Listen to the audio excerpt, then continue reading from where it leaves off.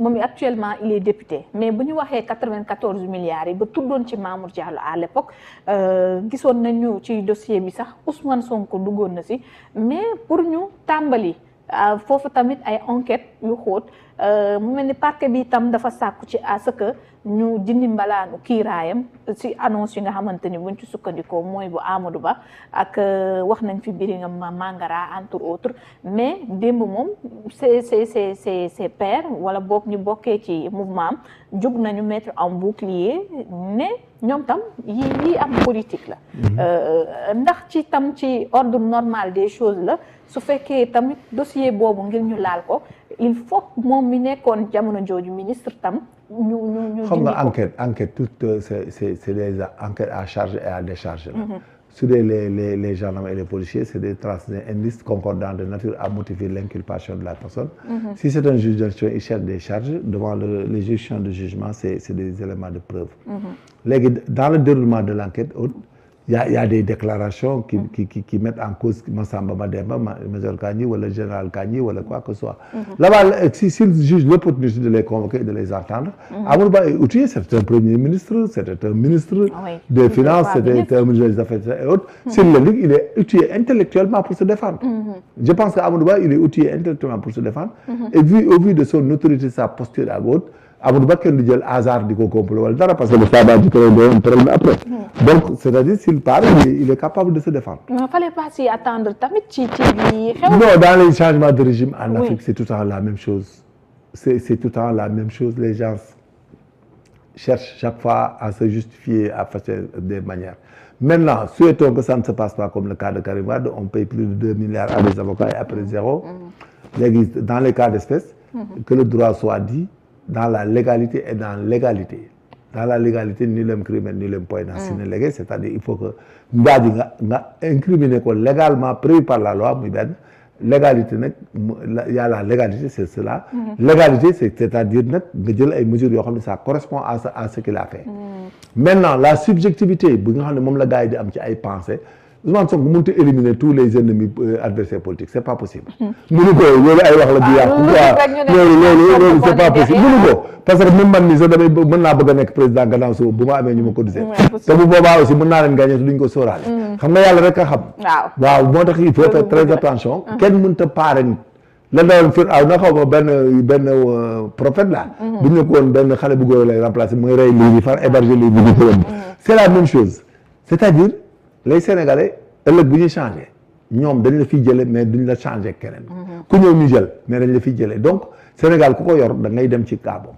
Amadou Ba il est outillé il a des instruments intellectuels des instruments juridiques au vu de sa qualité d'ancien premier ministre et de sa qualité de ministre des Finances des Affaires hautes war na mën a défendre boppam et Amadou Ba kenn du jël risque di ko complot boo ko defee door ko defati.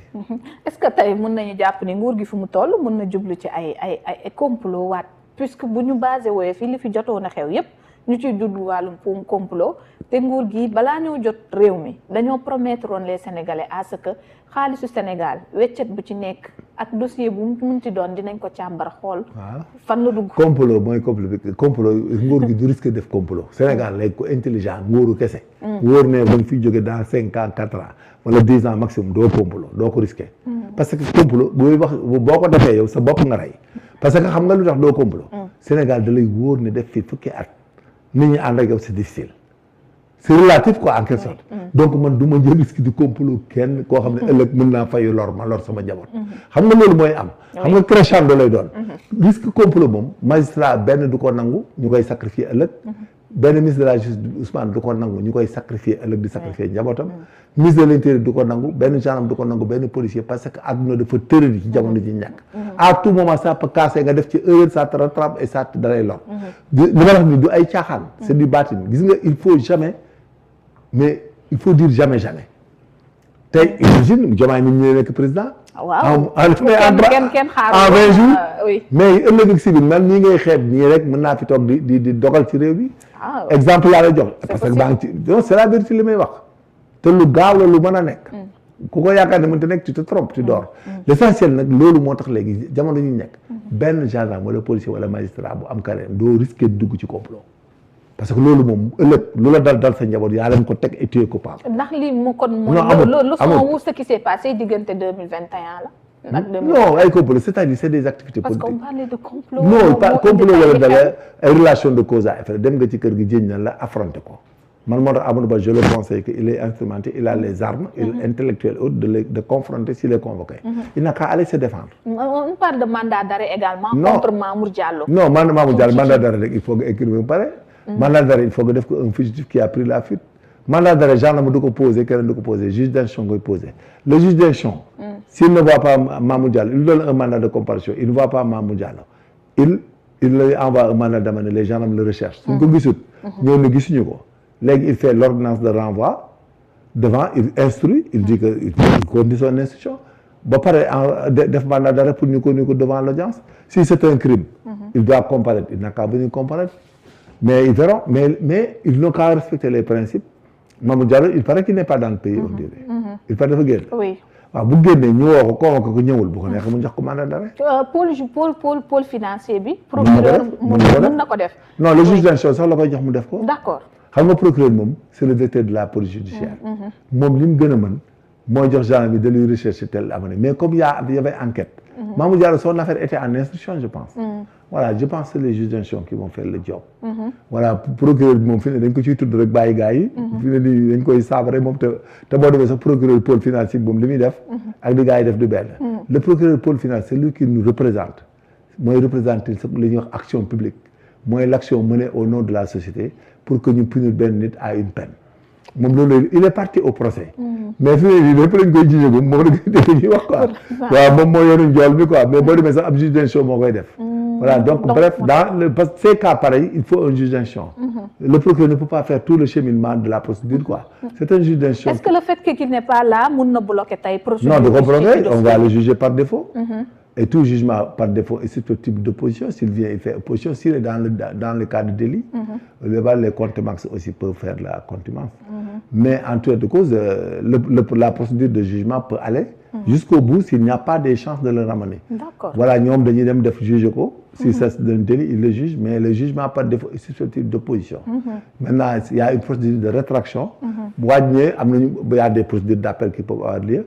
Comme il y a la procédure de rétraction, c'est-à-dire dellusiwaat ci même juridiction bi s'il y a opposition parce qu'il a été jugé par défaut. Léegi nag le défaut tant qu'il n'est pas itératif défaut, il n'est pas définitif pour aller en cour d'appel. C'est-à-dire bu ñu jugé délit fii ci juridiction correctionnelle bi ñëwoo nga absenté quoi mu am défaut boo ñëwee da ngay opposé wu ñu delloowaat ko attewaat la ci même juridiction bi léegi nag boo deuxième fois boo ñëwaatul nag itératif défaut la léegi de boobu jugement day définitif nga def appel cour d'appel du benn nag nga ñëw taxaw ñu atte la nga booy def foofu opposition bi appel lay tudd da ngay dem à la juridiction supérieure voilà mais le Sénégal a des procédures yoo xam ne yëpp nangu nañ ko les voies de recours dafa voie de recours ordinaire et extraordinaire ñun ordinaire yi mooy appel opposition extraordinaire yi mooy pourvoi en cassation et demande de révision. Donc nous avons des systèmes de procédure yu note.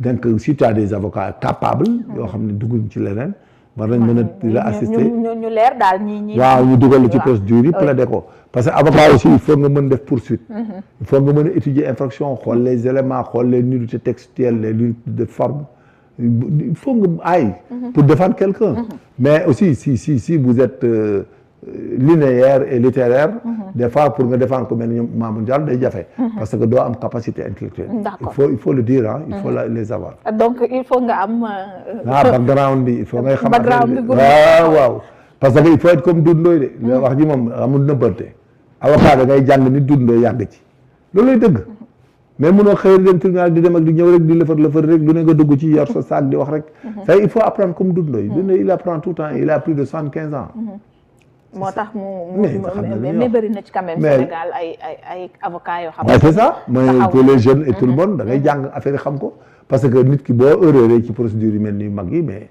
yaa ko tooñ c'est pas l'État parce que aussi le juge il demande des preuves il te demande des explications et autres le procureur va requérir de la peine et à l'issue qu'est-ce qui va se passer ñoom li ñu gis lañ lay topp yow ni mais tu démontres tu démontres leurs arguments et l'avocat moo koy démonter wala yow nga indi say argument bopp ngeen proposer ko.